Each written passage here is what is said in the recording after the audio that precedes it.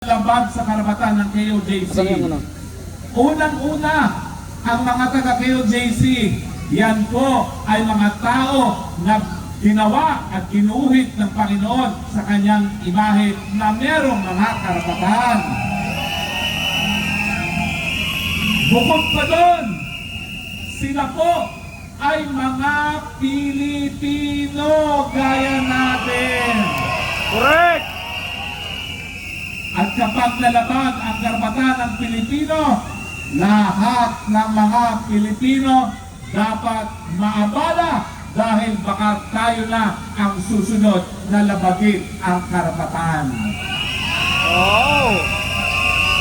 Tingnan niyo ako. Nakatikim na ako ng pagkakakulong. Bakit ako kinulong?